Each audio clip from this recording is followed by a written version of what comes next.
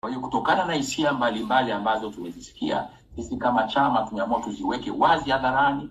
Unajua tutapata lawama kwamba pengine ni utamaduni haujazoeleka Tanzania kwa viongozi kuambiana moja kwa moja straight, ili tuweze kurekebisha mambo haya kabla hatujafika huko ambapo tusingetamani kufika.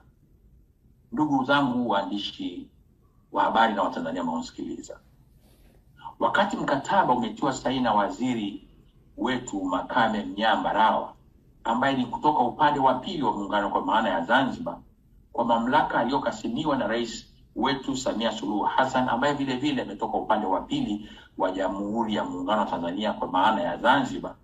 Pia mkataba wenyewe unahusu bandari zote zilizoko upande wa Tanganyika peke yake.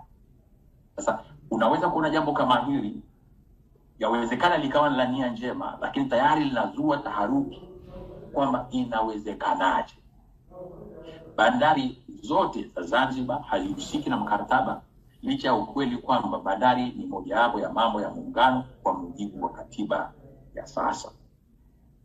Ndugu zangu wa Tanzania, swali la wazi hapa ni je, kama kweli mkataba huu una manufaa makubwa kwa nchi zetu kama inavyodaiwa na serikali ya CCM na wapambe wake, kwa nini bandari za Zanzibar hazimo kwenye mkataba huu?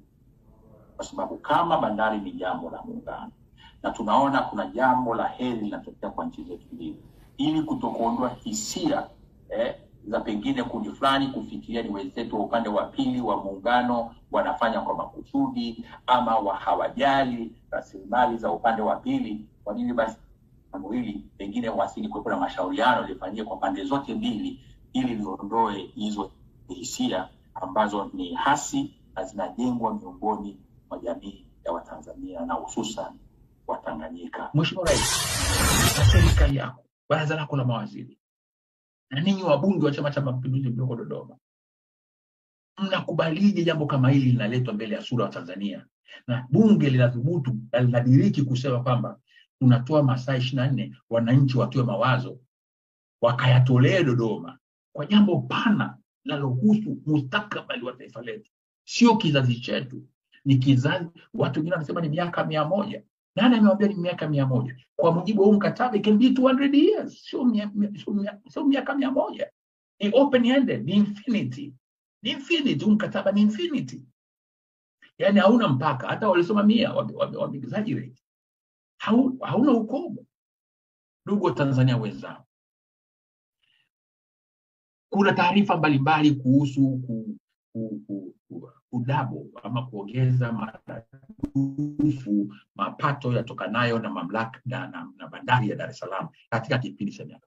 Hayo ni maelezo ambayo hayapo kwenye mkataba. Hayo ni maneno ambayo yanatolewa na viongozi wa bandari kujustify uhalalishaji wa mkataba huu. Sasa mimi napenda kushauri mtendaji mkuu wa mamlaka ya bandari ambaye ametoa ufafanuzi leo, nimeona ufafanuzi wake, anasema kuna upotoshaji wa umma na taharuki uliojengwa kwa uongo kwa majungu. Wewe mtendaji mkuu wa bandari, hii nchi ni yetu. Jitafakari kama unastahili kubaki katika nafasi yako ya uongozi wa bandari yetu. Kupewa mamlaka na kupewa dhamana ya kuongoza bandari yetu haina maana bandari hii ninyi wenyewe ndio mna akili na kwamba unachokitaka wewe lazima kifanyike. Huwezi kulipukana taifa kwa kusema kwamba watu wote wanakosea kuhoji maslahi ya taifa letu ya kwanza. Na viongozi kama hawa ndio wanaopaswa kuachia ofisi za umma ili kuruhusu jambo hili kama litaendelea liendelee katika utaratibu na utamaduni ambao utajali security ya nchi yetu. Na lugha yake, hakuna lugha pale kinaitwa Kitutsi au nyingine inaitwa Kihutu hata kidogo. Lugha yao ni ile ile Kinyarwanda. Hawana kabila huwa na ardhi yake unaita kule kwa Watusi na huku kwa Wahutu. Hakuna, ni watu wale tu, ni mchanganyiko, ni watu wale tu. Wamechanganyika, ni kitu kimoja. Lakini umepita uongozi, unataka kuongoza kwa janja, umewagawa. Umekuta hawa ni Wayoza na hawa ni Wazibu. Umekuta hawa ni Watutsi na hawa ni Wahutu, na wameuana mwaka jana kinyama.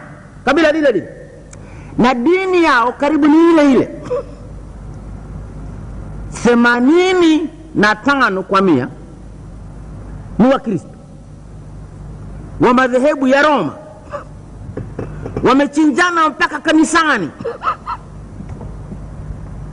Kabila ni lile lile, wametenganishwa kwa kufuata koo hivi. Dini ni ile ile, ni Wakristo tena wa madhehebu ya Kikristo ya Katoliki, wamechinjana mpaka ndani ya kanisa, wanachinjana. Mambo haya ya kuchochea chuki ama za ukabila ama za dini yakianza na tukayapa nafasi, hayana simile, hayana. Mtashangaa jinsi mnavyoanza kuchinjana, mkashangaa. Na ikifika kiasi hicho, hakuna mtu wa kukema, hakuna atakayetokea kusema acheni.